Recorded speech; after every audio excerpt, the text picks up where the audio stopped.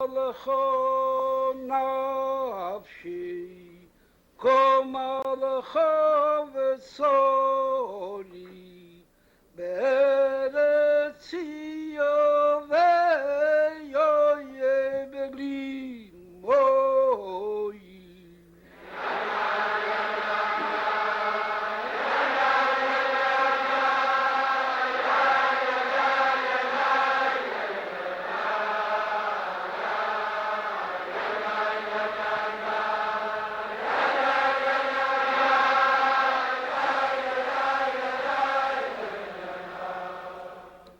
Kein ba'kodesh chazisicha liroi suscho uchvoidecho.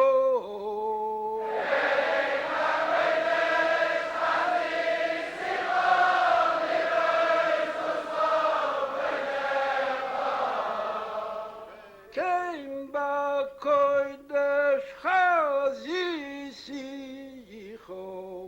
liroi suscho uchvoidecho.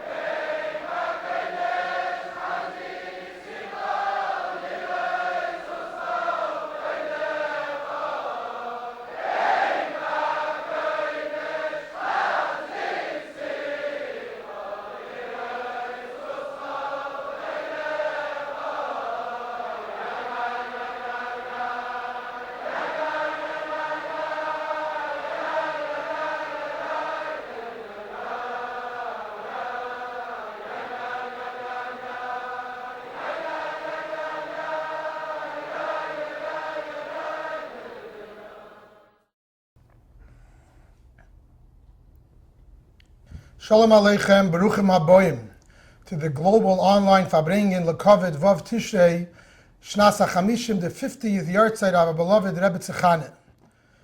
Tonight's Farbrengen online is reaching thousands of Anash, men, women, and children from all over the world on all continents.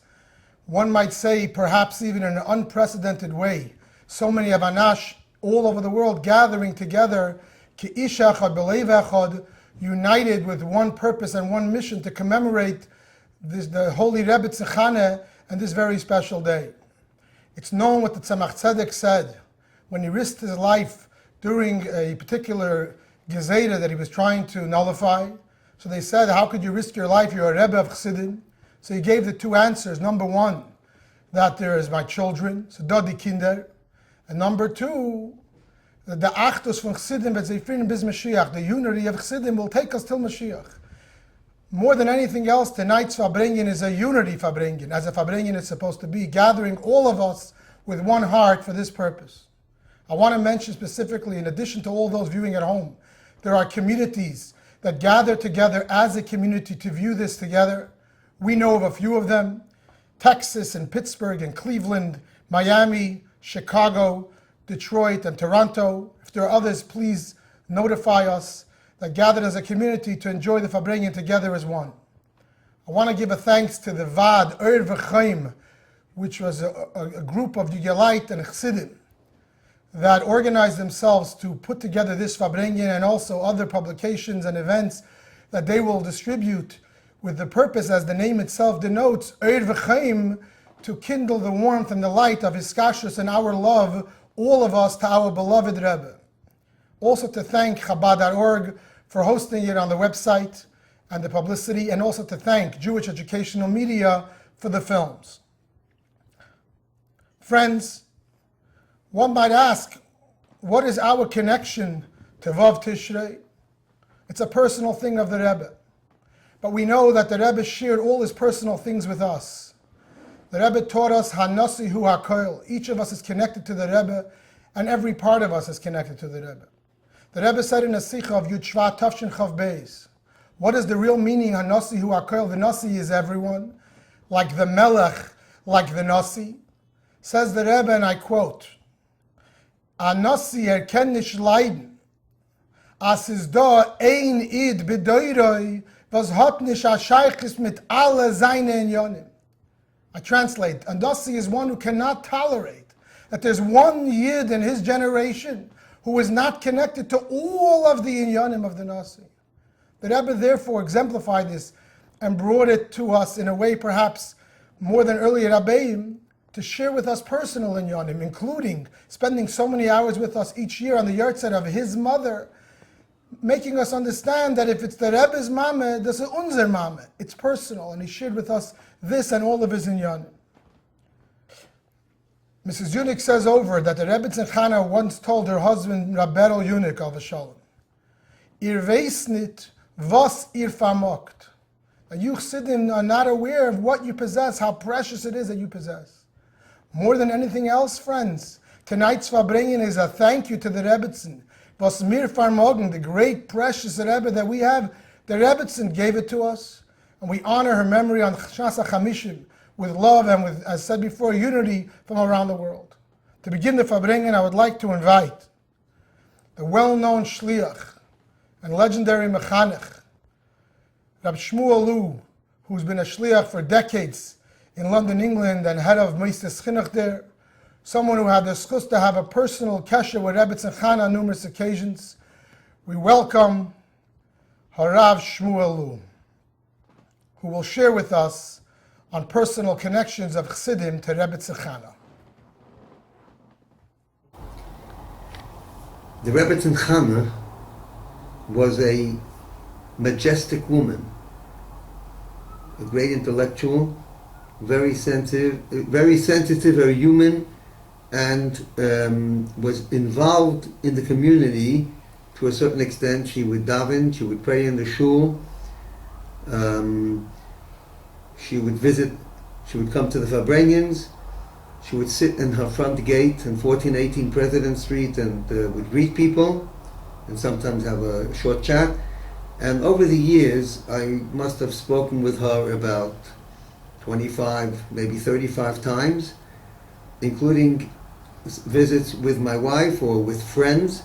But I want to share today 3 very special visits which can teach us something about the Rebbetzin Chana and about ourselves. The Rebbe sent me to England when I was a chassan. I was engaged to get married, and the Rebbe told me to go and to give a public speech in Manchester and to also visit London. During that time, Rabbi Ben Zion Shem Tov, who was a great and prominent chassid, and also had a close personal connection to him and his family, my wife's family and my family, gave me a small package to take back and to give to the Rebbetzin Chana. I think it was a dress in this package, and I came back to New York on Friday, Yud Aleph Nisan, on the Rebbe's birthday, the 61st birthday, 1963, Tafshin Chav Gimel. And I went right away in the morning. I landed in the morning, and went straight away, 7 o'clock in the morning, to Rabbi David Raskin. He was the contact person. Rabbi David Raskin, Olav Shalom, was himself a great chassid, but he was part of the family that looked after the Rebbe's parents in Alma Ata in Kazakhstan at the end of the Rebbe's father's life. on this world, and he was the contact person to the Rebbetzin. I said, I have a parcel from Rebbetzin Shemtiv for the Rebbetzin Chana, would you deliver it to her? And he said, we're going to see her this morning, and you can come with us. I said, who's us? It turns out that every year on the Rebbe's birthday, just before Pesach, Yud Aleph Nisan, and on the Yahrtzeit of the Rebbe's father on Chaf Av, the 20th of Av, in the summer, a group of about 10 elder Chassidim would come to the house, the apartment of the Rebbetzin Chana, would sit there probably for about a half hour and would speak about various things, say l'chaim on some liqueur, and I joined them there on the 11th of Nisan, 1963. The Rebbetzin asked me about my wife, my future wife, my Kala's family, about England, in the course of the conversation with everybody there. Once I was there in 1963, in the summer I was in England, so I couldn't go with, but the next year when it came to Al Nissen, I asked Reb David, or maybe he came to me and said, you were here already, you can go. I felt a little bit much younger than everyone. Reb David himself was much younger than all the others who were Chassidim in their 70s, basically. I remember that one of them was Rabbi Zalman Duchman, Rabbi Kazanovsky. In 1964, that was the Rebbe's 62nd birthday, they sat around the table, we sat around the table, and the Rebbetzin poured liqueur, Benedictine, for everyone, said l'chaim, and then one of the old Chassidim, when he said l'chaim, he gave a bracha for the Rebbe. The Rebbetzin Chana said l'chaim first for the Rebbe, and she said these words: l'chaim zol zayin gut. L'chaim, it should be good for him, for the Rebbe. One of the elder Chassidim heard this, and he said, I know just what you mean. Sometimes you want to give a blessing, but you don't know exactly which detail to mention, and you say a general blessing, it should be good. And Rebbetzin Chana smiled and she said, in this case, that's not really what it is. That is the specific blessing that I want to give. She said, this is the bracha. She said in Yiddish, zol zayin gut es kumtem. She repeated, it should be good for him, and she added, he deserves it.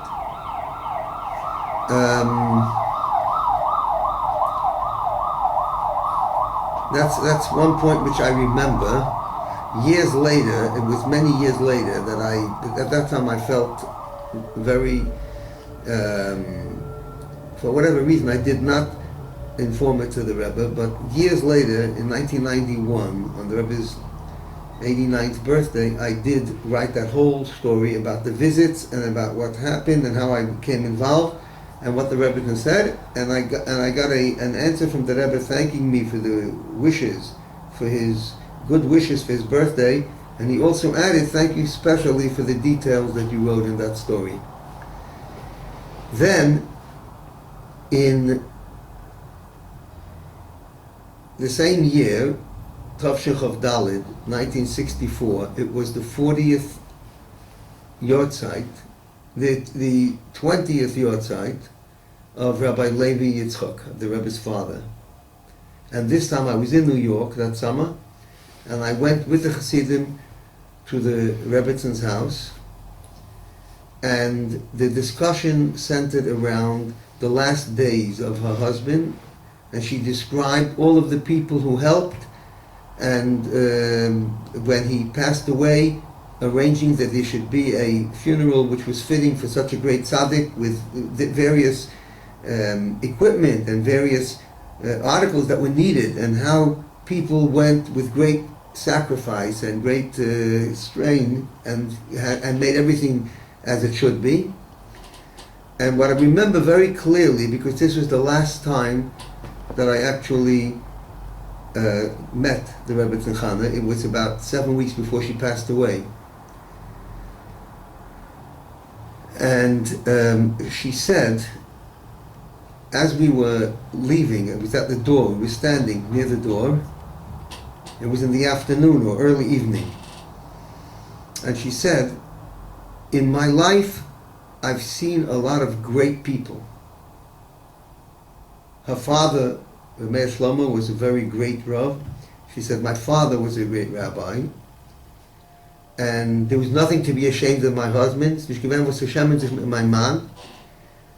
And they, in turn, were both visited by many great sages and leaders and rabbis and various great people. She said, I've met many great people in my life, but none of them was as great as my son. She spoke about her son, not as a mother, a proud mother of a son, but as a chassid of a Rebbe. Gesund soll gesund sein. She said, and the greatest thing about him is that she said, sein Gadlus mit Apshitas. He carries his greatness with a simplicity. And that left a very deep imprint in my mind and in my memory. 7 weeks later, she passed away. And a few weeks after that, when it came to the Sedra Noach in the Torah, the Rebbe began the priceless gift to the Jewish people of teaching us the depth of Rashi. He would, every week he would say a commentary from Rashi and explain and show how Rashi relates to the simple meaning of the verse, and at the same time represents the greatest depth that's possible in Yonah Mufloim, fantastic, wondrous things. And this was this went on for a year, and then subsequently the Rebbe renewed it, and it went on for many years. That the Rebbe taught us how to see the beauty, the depth of Rashi. This is done in memory of Rebbetzin Chana. And very often the Rebbe spoke about the beauty of Rashi, how he combines a commentary which is taught to 5-year-old children. They can understand the basic meaning of the text through Rashi, and at the same time, the deepest halachic points, the deepest secrets of the Torah, the mystical aspects of the Torah, are all expressed in Rashi. And very often I thought that this is exactly what the Rebbetzin Chana said about the Rebbe. That on the one hand, he is so great, and he carries that greatness with a simplicity. And if a person really wants to have a relationship with the Rebbe, the way to do it is to study his Torah, which gives a simplicity, what shall I call it, a clarity, a sharp understanding of exactly a smooth way of seeing how all aspects of a specific matter are made as clear as day, and at the same time one is introduced to the depth and to the layers and to the various nuances that there are in Torah and in all aspects of Torah. I would tell another thing about the Rebbetzin on a very personal level. The Rebbetzin and her husband, it's well known from the history of the writings, all the writings of her husband, which we have because of her tremendous sacrifice, and how together they did what could be done in the conditions of exile at the end of their life. Before that, in their glory, in the Rabbanus in Yekaterinoslav, we know that Rabbi Levi Yitzchak, we know this because the Rebbetzin wrote this in her diaries. Rabbi Levi Yitzchak ran what I call the first Chabad house in the world, because he ran a special minyan for people who had to go to work on Yom Kippur. He had an early minyan, maybe 6 o'clock in the morning, Yom Kippur, when people said most of the prayers, so they should not be left out. and then they would come back to Ne'ilah, to the end of the service, and they would be crying and feel regretful. And Reb Leivik said to the Rebbetzin Chana how much he was humbled and how much he admired the depth of these people who were so far that they had to go work even on Yom Kippur, but at the same time the regret and how they were trying to get out of that situation. This idea of relating to the greatest and to the simplest, those great scholars and great geniuses and simple people, is something which the Rebbetzin Chana knew exactly how to do. She would converse with a person on their level. We met her once. I was with my wife. We were just married. A young woman had just come from England. There were hardly anybody there, certainly no young people from England in Crown Heights. And we came there to live.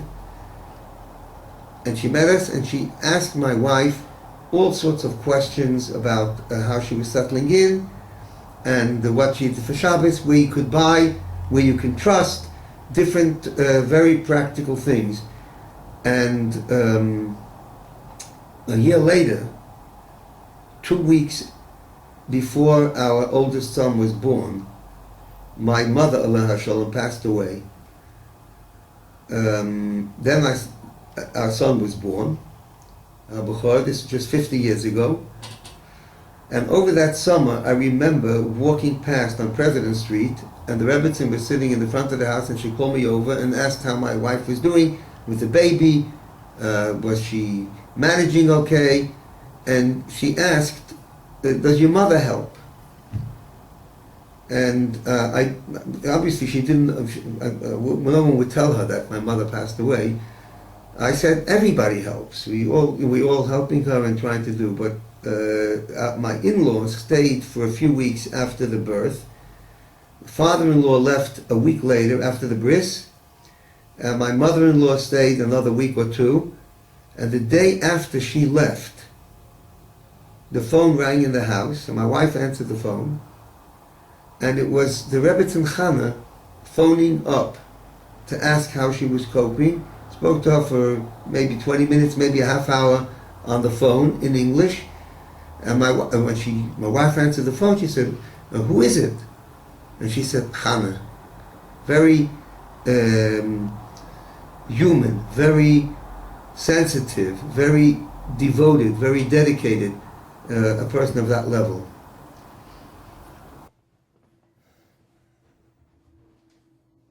Thank you, Rabbi Lew, for those warm words and personal memories. I want to invite Chassidim all over the world to join me in a L'chaim. It's a Chassidish of Farbrengen, men, women, children, whatever it is that we use for L'chaim. Let's gather together and say L'chaim, the Eibishter should have Rachmanis and bring us our Rebbe back, Neshama Beguf, and we should be able to have this Vov Tishrei, Dol Lamata, Neshama Beguf, V'hu Yigalenu L'chaim. Friends, regarding to the Rebbe's reaction, when Chassidim did something that's personally related to the Rebbe, I share with you that after the original Vov Tishrei, Tafshin Chafhei, Rabbi Chadakov walked into the Rebbe's room a day or two later with a list of Chalukas HaMishnayos that Chassidim divided the Mishnayos amongst them to finish it by Yom Kippur, as is customary, to finish Mishnayos. So the Rebbe asked Rabbi Chadakov, Biz Velchen Yom Kippur, till which Yom Kippur? To which Rabbi Chadakov said, Dem Yom Kippur. So the Rebbe said, Akoiras Ruach. It's a great pleasure. And then the Rebbe started to look at the list of the names, and the Rebbe said, Agroisen Koiras Ruach. It's a great pleasure. And continued to look further at the names and said, God Agroisen Koiras Ruach. It's an extremely great pleasure. And Mistame Veln sind das Mekayim sein. Probably they'll all fulfill their obligation. This is a Koiras Ruach zum Rebbe, that the Rebbe is Hu B'Chayim, and he's watching each of us and all of us, that we gather Shnasa Chamishim to honor the Rebbetzin Chana. There's no question, God Agreis Koiras Ruach. At this time, I have the pleasure of introducing, to continue our Farbrengen, Rabbi Yehuda Krinsky, a Yid who was a master of the Rebbe for close to 40 years, someone appointed by the Rebbe personally to Merkez L'Yonei Chinuch, Agudas Chabad, Kahos, and Machne Yisrael, and someone who the Rebbe told Rebbetzin Chana once that if you need help, there are 3 people you can approach for help. Rabbi David Raskin, Olav Shalom, Rabbi El Yunik, Olav Shalom, Emtzelange Yar, Rabbi Yehuda Krinsky. It's an honor and a pleasure to introduce, to continue the Farbrengen, Harav Yehuda Krinsky. Yeah, in the late 1940s, I would daven Shabbos morning with the Rebbe's minyan in the Zal in 770. And I would actually sit on the same bench with him. The Rebbe sat in Mizrachis Dremes, and I sat under the window to the Cheder Sheni on the other end of the bench. And every Shabbos, the Rebbe would come in a little bit after the beginning of the prayers with a siddur and his Tanya, and I and my brothers, I had two older brothers at the time, would be sure that the Rebbe had a chumash, we could read Satira, and it was. I always realized that the Rebbe is a special person, but nevertheless, at that time, there wasn't any reason why I couldn't sit on the same bench, very close to him. Around Purim time of 1947, the Rebbe didn't show up to the davening Shachris and Shabbos, and I just wondered why. I hoped everything was all right, but I didn't ask anybody why he wasn't there. I was an early young teenager, and the next week he didn't show up either on Shabbos. So I inquired, where's the Rebbe? And then I found out that the Rebbe's mother left Russia and arrived in Paris in safety, and the Rebbe went to Paris to greet her and to deal with her needs. The word was that he would be back after a few weeks. As it turned out, he had to stay there for whatever reason till after Shavuos. Some of those months recorded in the Yigros of the Rebbe and the letters that he sent from Paris, and why he had to be there till after, for an extended period of time, 3 or 4 months. In Tavshin Ches, a year after the Rebbetzin came to America, my brother-in-law and sister, Mesha Hecht from New Haven, my sister Rivka, who were then Shluchim in New Haven, had a baby girl. And they received a call from the Rebbe, then he was known as the Ramash, his initials, and he told them that his mother doesn't have a name after her mother. The Rebbetzin Chana's mother's name was Rachel, and she doesn't have a name for her. No one was given a name. And he wanted to know if they would be kind enough to name their newborn daughter Rachel in remembrance of his grandmother, his mother's mother. They readily agreed, and of course the Rebbetzin and the Rebbe were eternally grateful to them for that deed. Now, for those who know the Rebbe's Hanhogan with regard to naming children, in the course of the years that I've been close to the Rebbe, many decades, many people have asked the Rebbe for suggestions of names for newborn children, sons, daughters, but he never would accede to the request. He would always tell them that you have to choose. And it says, some people he told that it says in the Kisri Arizal that the name that parents ultimately decide for the children is Beruach HaKedesh, something very special, and he never took a stand in it at all. And here, the Rebbe took the initiative to call my sister and brother-in-law to ask them for this very special request in honor of his mother. And so it was really, to my knowledge, the only time recorded that the Rebbe did such a thing. The Rebbe, when he went to the Yale, and he went very often, as most people know, after he finished at the Ohel, he went down the lane to where his mother was interred. He would go every single time, never missed a time of his visit to the Yale to visit his mother. And in later years, when it got rather dark, and because the Rebbe left later, I would follow him. I'll go ahead of him with a lantern, because it was very dark and no lights then. And he would spend just a few seconds facing his mother, murmuring something, and then come back to the car. It might be interesting to note that after Rebbetzin Chana's funeral, I was in the car. I was driving the Rebbe sat in the front with me as always, and we started pulling away from the Ohel, and then he asked me to stop the car. In the car with us in the back seat, one of the people was Rabbi Yoshbal, who was from the Chevra Kaddish of Chabad. And he says to him, the Rebbe says to him, I asked you to come along with me because to alert me to any things that I have to know, and Hagis, Minhagim, etc. And you forgot to tell me about when you leave the cemetery, you tear out grass and throw it over your head 3 times. And the Rebbe asked me to stop the car, and he did that. Actually, it's mentioned in Shulchan Aruch Hilchos Avelos. After the Levaya of the Rebbetzin Chana Schneerson and Chav Beit Shvat, after the Kruda, we went back into the car, and I told the Rebbe that I remember many years before, after his mother passed away, he was upset that nobody reminded him to do that minhag of throwing grass over the shoulder. And the Rebbe, I stopped the car, and he got out of the car, and he did that minhag.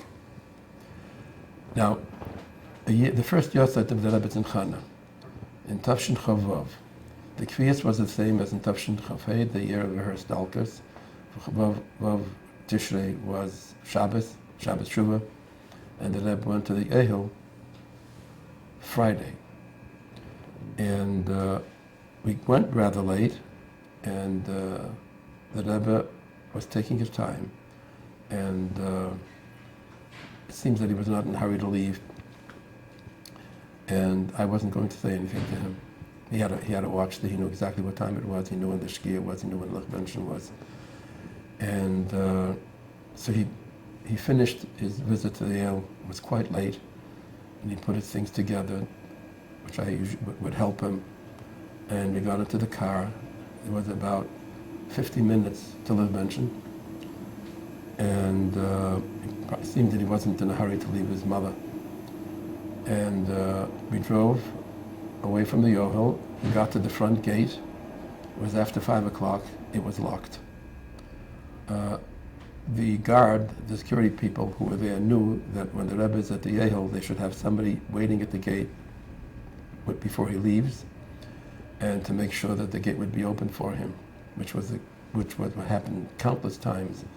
But this was Friday, Erev Shabbos. The clock was ticking. It was quite late, and there was no guard. The gate was locked. We couldn't get out. And at that time, there was on Springfield Boulevard, there was a store that sold newspapers and candies, and there was a telephone, and the public telephone was before cell phones. I climbed over the gate, ran across the street, called the police. I told them that the rabbi is here. We're locked into the cemetery, and it's just a few minutes before the onset of the Sabbath, and we must get to Crown Heights on time. And they said, well, we don't have a key either. Nothing could be done. Got back into the car, drove to the side gate, which is near the Yehel, and with hope maybe that would still be open. No, it was closed. Went back to the front, thinking maybe the guard realized that he missed us. He was not there. And on the way back to the side gate, I was praying in my heart that maybe that it's the Rebbe, it's Shabbos, it's his first Yahrtzeit, and I just prayed that something should happen, that we should be able to get out and get back to 770 on time before Lubavitcher. And while I was driving, it just occurred to me that the gate that's closed on the side near the Yehel, like every gate, has hinges. If we can take the hinges out by some means, then the gate would collapse and we could get out. So got up to the gate on the side. I took the lug out of the trunk. That's what you used to change a tire. And I had a screwdriver in the car, and I started taking out the pin from the hinges. Meanwhile, the Rebbe got out of the car and was standing right next to me. I guess he was praying too, but I didn't have the time to concentrate on anything other than getting the hinges out of the pins out of the hinges. And lo and behold, they started easing out. There were 2 or 3 hinges, and when the last pin came out, the gate fell down. The Rebbe helped me pick it up with a steel gate and pulled it to the side so that we could get by. I get back into the car, the Rebbe gets back into the car, and as we're ready to leave, the police pull up right in front of the gate. And thank God there was enough space to get by. I didn't ask him anything. I didn't say a word to them. There wasn't a second to spare. I drove around in his car. I left him standing there, and I drove off to 770. And it was a very interesting trip. And we got to 770, and the Rebbe says to me, "Punkt Lichtbench." He knew what was going on. We're all very, very tense, needless to say. But that was the first Yahrtzeit of the Rebbetzin Chana Schneerson. And on Shabbos, there was a Farbrengen, of course, Shabbos Shuvah, and it was the Yahrtzeit. And the Rebbe says, the Vov Tishrei Krinsky, and he says, "Give him l'chaim."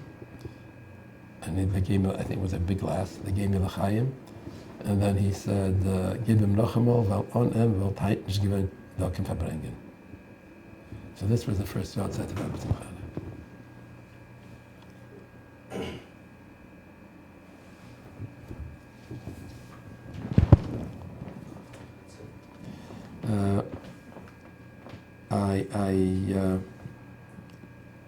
I can say something else. I mean, it's okay. This, what I'm saying now is not going to hurt. No, not mevalbal.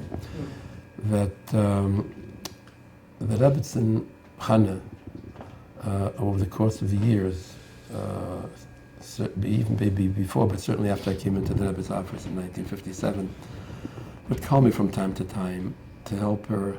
She needed some help with some technical things. Sometimes it was some bills that she didn't understand, some paperwork of various and sundry nature, mail, have to go someplace sometimes. She asked if I could go with her. When I went with her, there was usually another one of the wives of Anash that would go along with her. There were times that the Rebbe told me that I should call her if his mother needs something from me.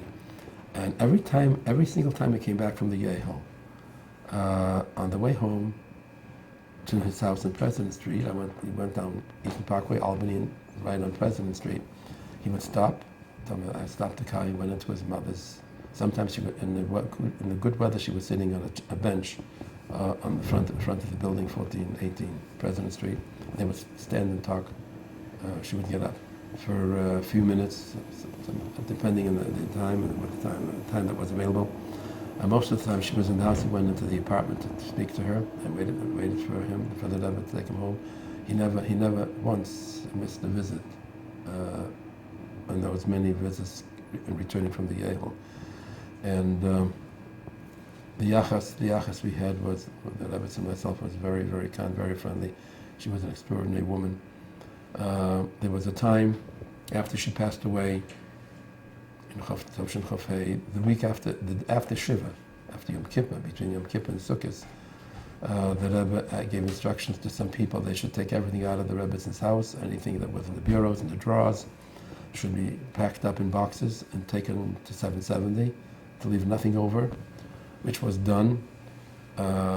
Months after that, I was in the room where her belongings were put, and I noticed there was a carton there that was open with letters and papers of sorts.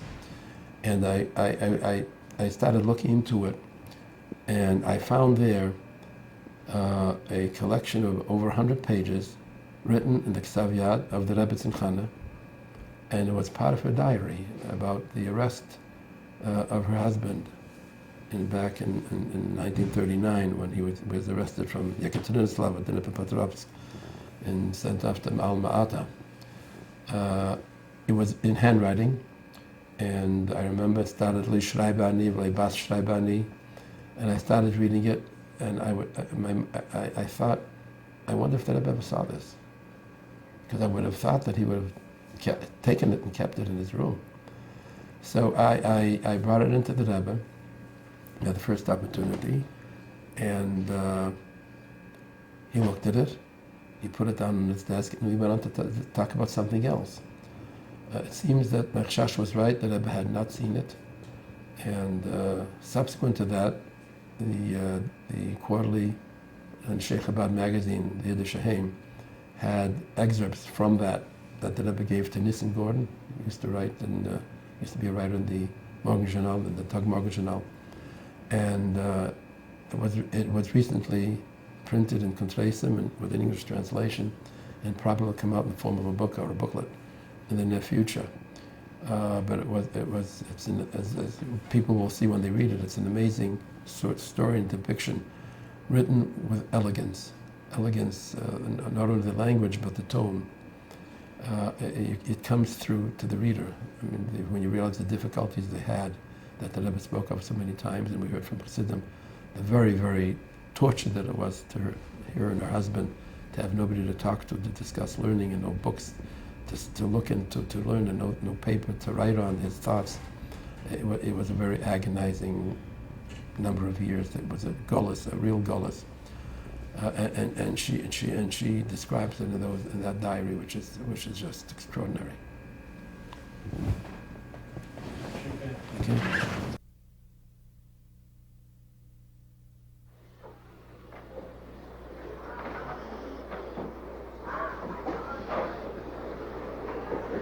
Good afternoon, Adlo Hisham El Chayamin Novim Koreinu, Adlo Hisham El Chayamin Novim Koreinu, Kado Viskado Shmirabo, Yudvachus Yamach Malchus Yatmach Perkon, Vikor Mishiche, Agechin Vernechin Vachaytro Besis Bagol, Visman Koreinu Amen. Baruchu Asadno Yamevero, Baruch Adno Yamevero, Lebon Voel. Geheim Chayena Vechemena Vemnege Yimon Valoilo, Vavos Volisos and the Mendo Vayelo, Min Barochato Adinoi, Shma Yisraelim.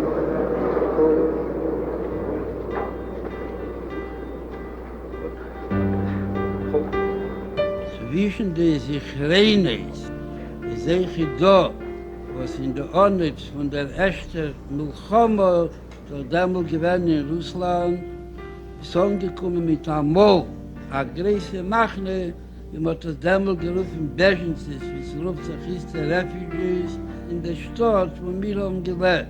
Und gewesen a große Zehrer, in Sinn, sie einordnen, behegdem, Hashvi'i, Hashvi'i, was lefierach, Mispert von der Jeden, von der Stadt, ist es gewesen am Aveda Gdela, am Asa Covid, der Mispert von der Gelin, was einer hinzu angekommen.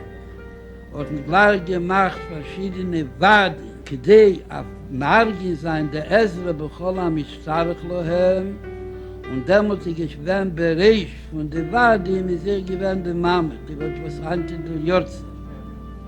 Wir damals gesehen hat Wart Peller, als sie kämen und gesehen der Inyan von Hisastus, bemerzt Achi Godel, und sei bei Jem und sei bei Lailo, hat gedikach, als viele, als Sokre, gewesen nicht in Huis, nur in Cheder, wie kann jetzt über sie, was das auf sehr viel gewesen Beile, als Nechka geworden, bechol Meshach Yemei Achayim.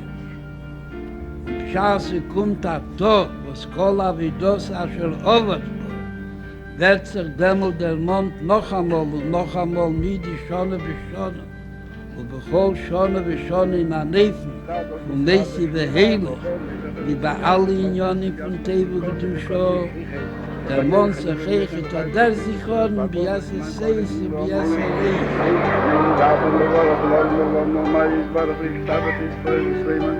reich.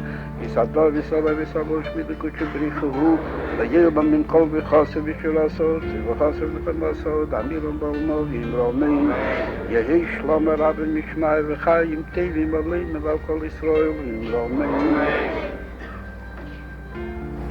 Ese Hashal Lema Guyas Shalom Moshe Paltiel, Romain.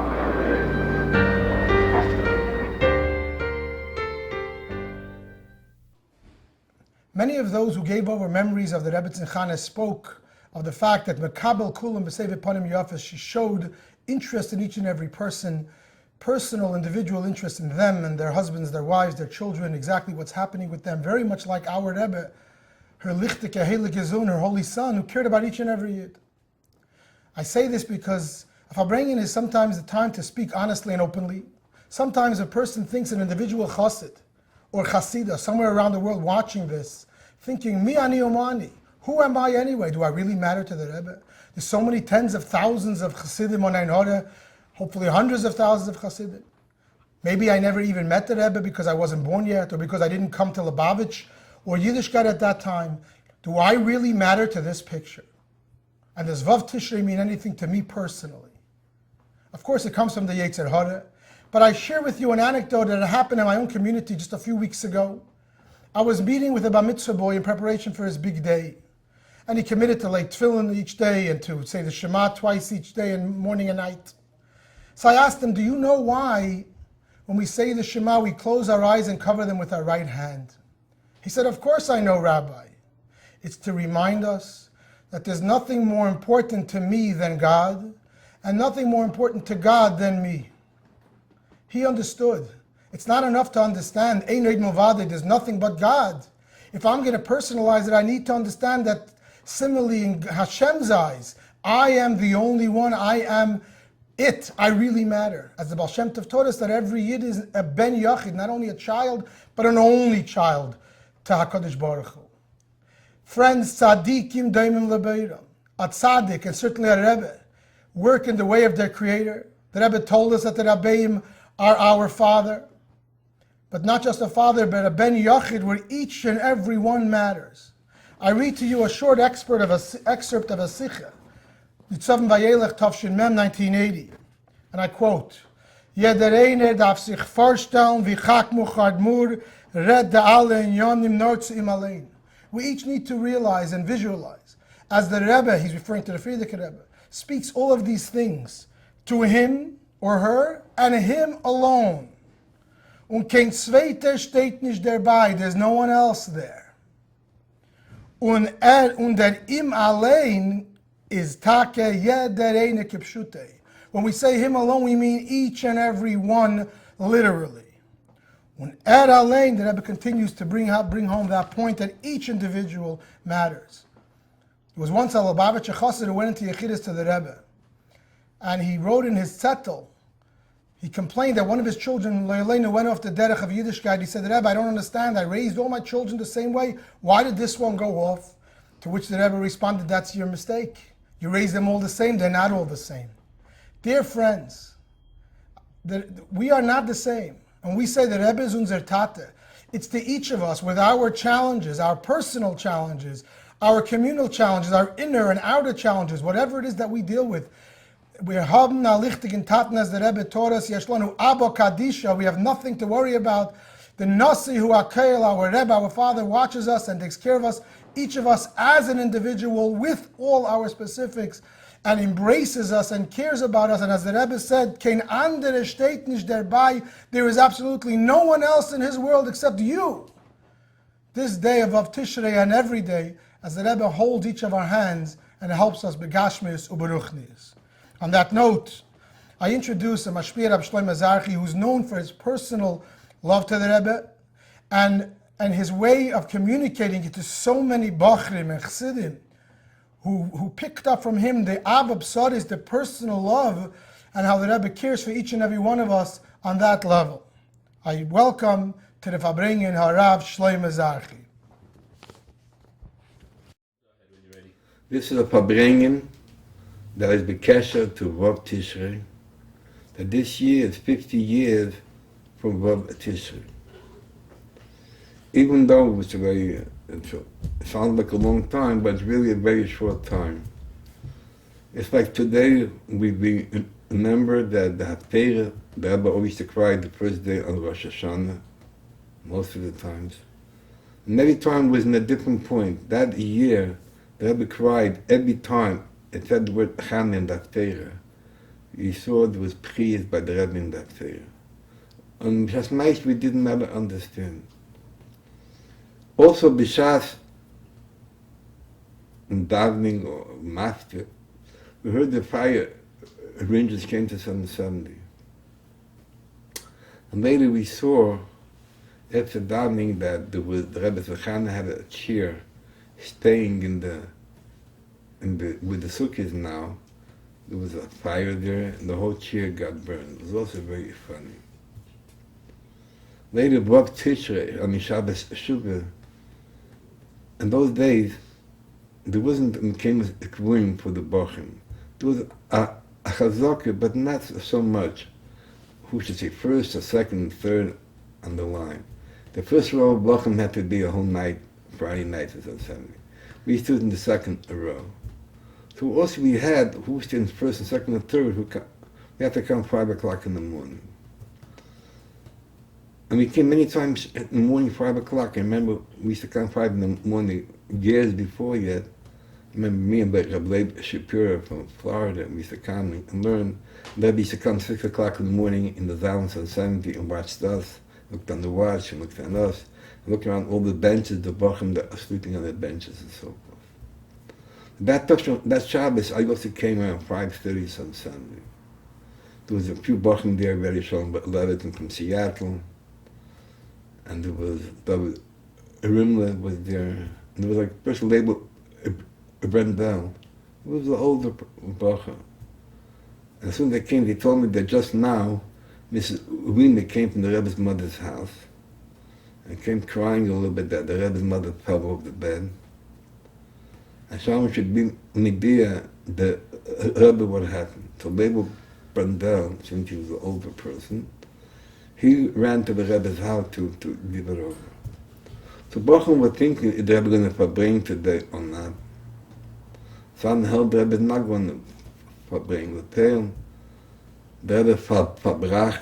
Now when he verbracht, he said, a dit Neimer, the Hemsche von Keach, it's a beer and ein Beis. Rosh Hashanah was the beginning of the Hemsche, Zeh Hayim.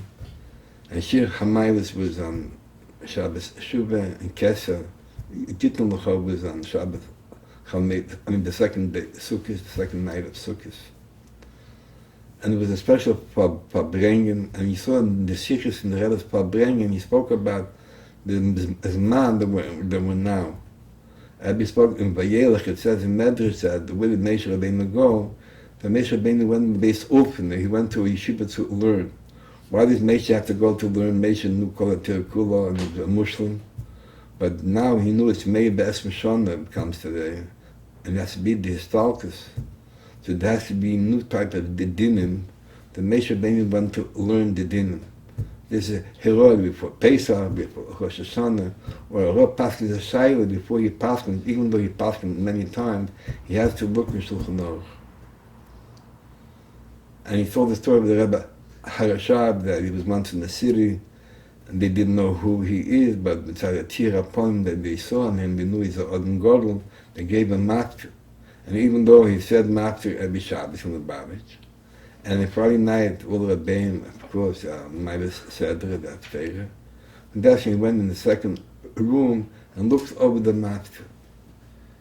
And there's a Mesh's man there. He didn't do it on the spot, he went to the second room.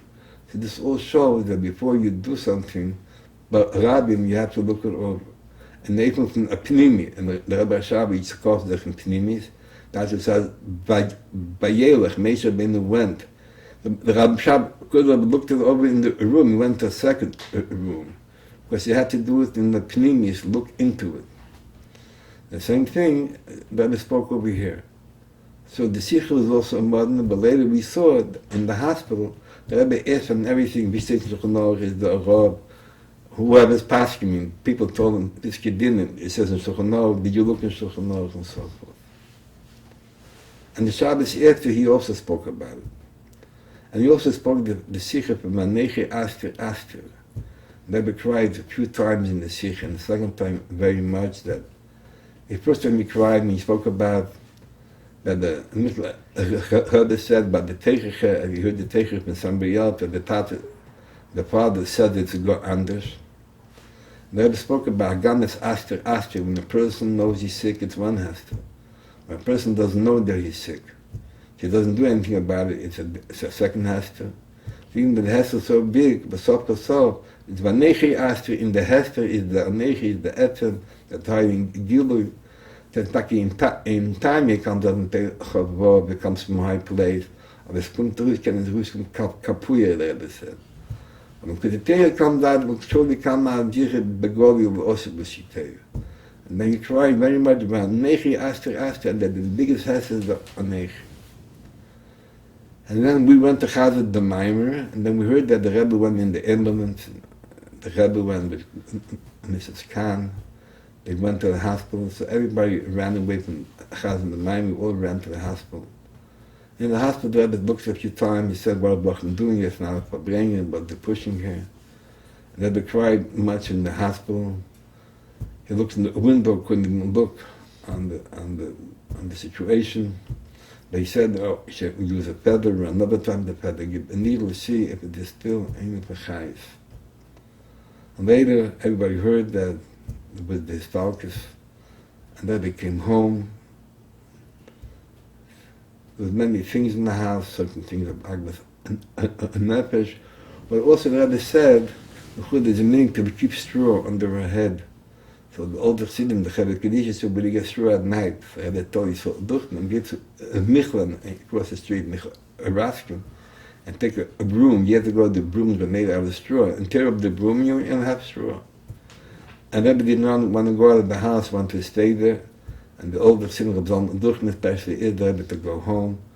She said, "They're all going to take away stuff from here." So the Rebbe, he said he's ready to stay here. She is Rebbe Yisrael to stay there. And Beryl Yunik said he'll also be there. And they'll watch the house, the Rebbe should be able to go home. The morning the Rebbe came to 770, he said a little bit Kadeshim from the end of davening, the Rebbe cried a lot.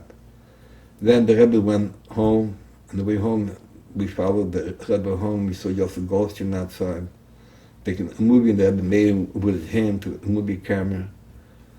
Yosef Goldstein told me after that, even though the Rebbe made him with his hand, he still continued a movie because by the preacher of the Bayou, the Rebbe made him also with his hand.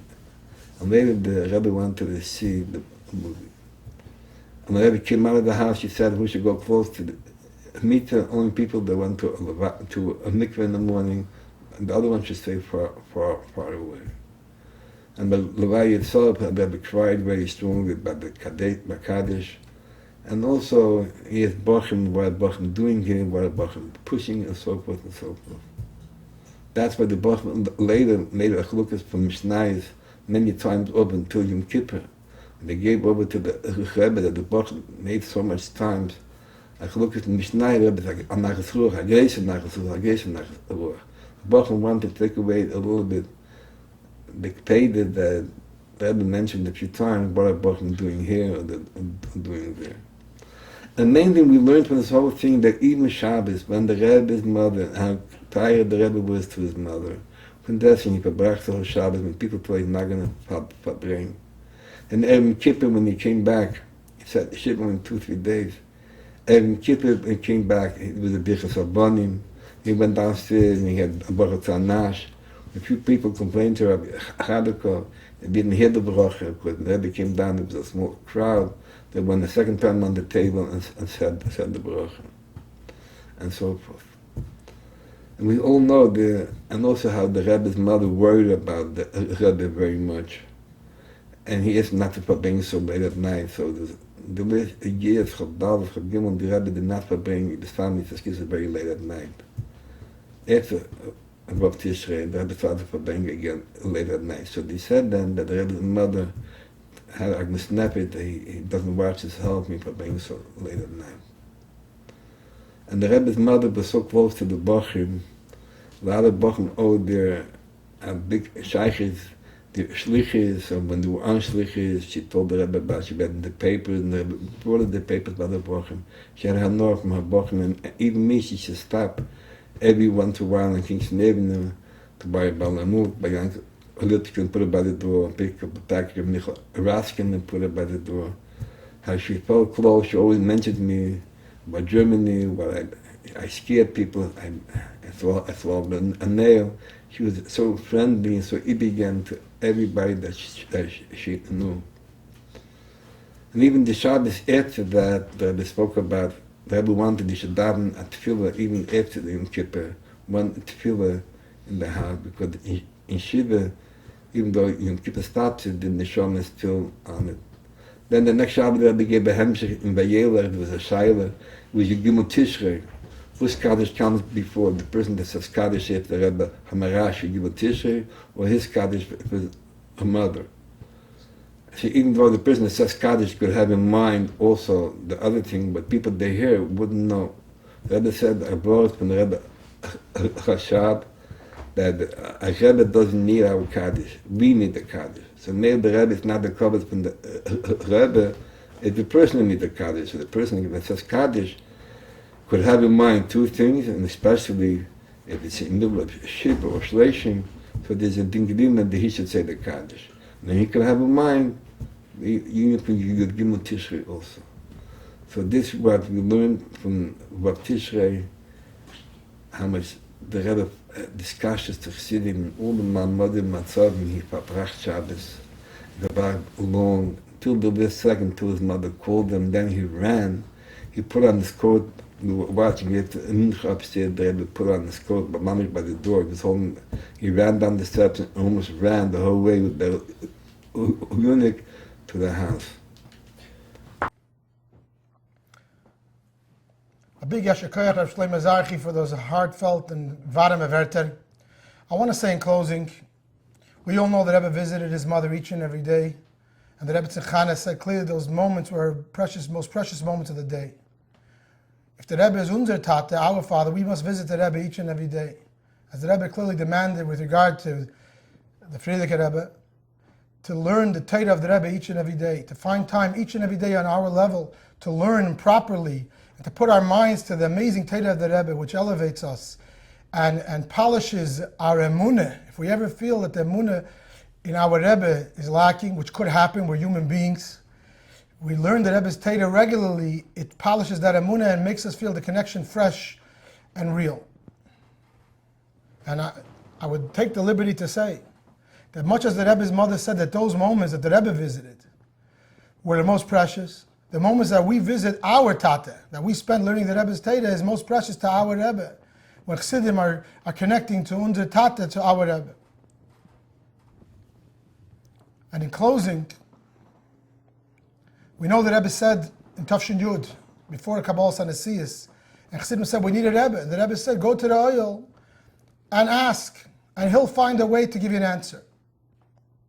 Today, all of us are seeing that openly. I want to share two brief stories. The first year after Gimel Tammuz, I was making my first dinner at summer Tafshin Nun Hey. I was a young shliach, then only 4 or 5 years on shlichus. It's 2 weeks before the dinner. We have 17 people signed up. Trust me, 17 Gematria Tov. It wasn't very good. And I'm worried, so I go to the oil and I say, Rebbe, I don't want a bracha. I need an answer. Do I cancel the dinner and save the embarrassment? I walk out of the oil. I come into the house, and the video is playing of a fellow shliach going by the Rebbe, and the Rebbe giving him an extra $1, telling him Hatzlacha from dinner. I knew that was my answer. 2 weeks later, we had 270 people at that dinner. I can write a book, as many of you can, of personal things that happened to myself, my family, my Mekuravim, and the Meisid. Just to share a story that happened recently, 4 months ago, that I had a particular problem in the Meisid, a very serious issue, potentially could destroy the Meisid. I identified a particular Jew who lives halfway across the world, overseas. We're going to call him Yankel. The Yankel could help us from this serious problem. So I began to communicate with Yankel with email. He started responding to me. We went back and forth 3-4 days. And then he started ignoring me. And I go through a week when Yankel is ignoring me, and I run to the yoel. It's a freezing Monday morning in February. There's no one there. And I go and I say, Rebbe, you have to help me. I have this serious problem. And Yankel is the one I think who can help me. You got to tell Yankel to help me. I walk out of the yoel, dear friends. Like I said, there was almost no one there that day. I'm turning my face in the direction of the Rebbetzin Chana's kever, which will be my next stop. And who do you think is standing by Rebbetzin Chana's kever, one and lone Yid in the whole area? Yankel. I was so shocked I started to scream, Yankel! I thought maybe I'm seeing things, I'm under duress. He turned around, he said, Paltiel, you're going to wake up the dead, stop screaming. Friends, merhav ma'alichtikin Rebbe, merhav ma'lebedikin Rebbe, who doig l'chol kart sarchein, as the Rebbe said, he worries about each of us as an individual. We're not the same. Kinder, as we gather on a date to commemorate the Rebbe's Mama, we know that mirhav mataten, and if we have an issue, the Rebbe will answer us. We have to ask, and we have to know he's thinking b'chol rega, each day and each moment about each and every chassid. I want to just close once again by thanking the Vad Vechom, highest kashrus, and wish them success in their holy work to inspire Chassidim and Yidden all over the world, to know that B'nai Yish Echad Nachnu, we are one united mishpacha, and to know we have a Lebedike Lichtike Rebbe. So let's say L'chaim in closing to this Farbrengen, and we should, by the next Farbrengen, be with our Rebbe. And I want to also L'chaim, and to thank once again Chabad.org and GEM for their help in this production. And in closing, there's a beautiful story that the Rebbe told at a Farbrengen. Shimon Goldman, Zol Zayin Gesund, had a custom every year when he would get up at the Farbrengen, Shabbos Parshas Mishpatim, and put on a shtreimel and tell a Polish Maisa, that's what the Rebbe wanted him to do, an introduction to announcing the Malava Malka of the Gemilas Chesed, the free loan fund that he headed, and that he had, L'Eirich Yom B'Shem Tevis. So one year he told this story, and I was present as a bacharel, and he told the story that one time Rab Nochem Chernobyler, the big tzaddik Rab Nochem Chernobyler, was traveling to a particular city, and he gave notice to the chassid at whose home he would normally stay, that he's not going to stay at that chassid's home unless the chassid comes up with a huge sum of money to give to the Rebbe's causes. Not only he won't stay at his home, he won't allow him to come to his tish until he comes up with that sum. The chassid was not able to afford it, and he was brokenhearted. So he tells the story that the chassid couldn't go to the tish Friday night and Shabbos morning and Matzah Shabbos, and he missed the minyanim. And eventually the chassid couldn't handle it, so he ran to the Rebbe, and he said, okay, whatever it takes, I'm going to do it. And he found Eibush to open up new tzuneitis, new blessings, and he was able to fulfill the bracha, and the Tzunabel explained to him that this was his way of crying out to Hashem to bring him these blessings. This was the story Shimon Goldman told. The Rebbe smiled and said that the story can't be the way it was told, because how is it possible that we should expect a chassid to be separated from his Rebbe for a Friday night minyan and tish and Shabbos morning and Shabbos night, etc.? It's not manageable. The story probably goes, says the Rebbe, that they asked him they shouldn't come to one tish, and that was more than enough to evoke the rachmim rabbim and the mercy to bring about the great blessing and the great inspiration of the chassid. Because how could a chassid be expected to last more than one tish, one without his Rebbe? Kinderlach, we cry out to our Rebbe on Vov Tishrei, and to Rebbe's mom and to the Eibishter. It's a neinu lidis es malkeinu. How could we be expected noch a Tishrei on unser Rebbe? And we should be zeicha because of the achdus of Chassidim to gain to Mashiach and be reunited this Tishrei mit unsere heilige Taten dol lemata neshama beguf v'hu yigaleinu.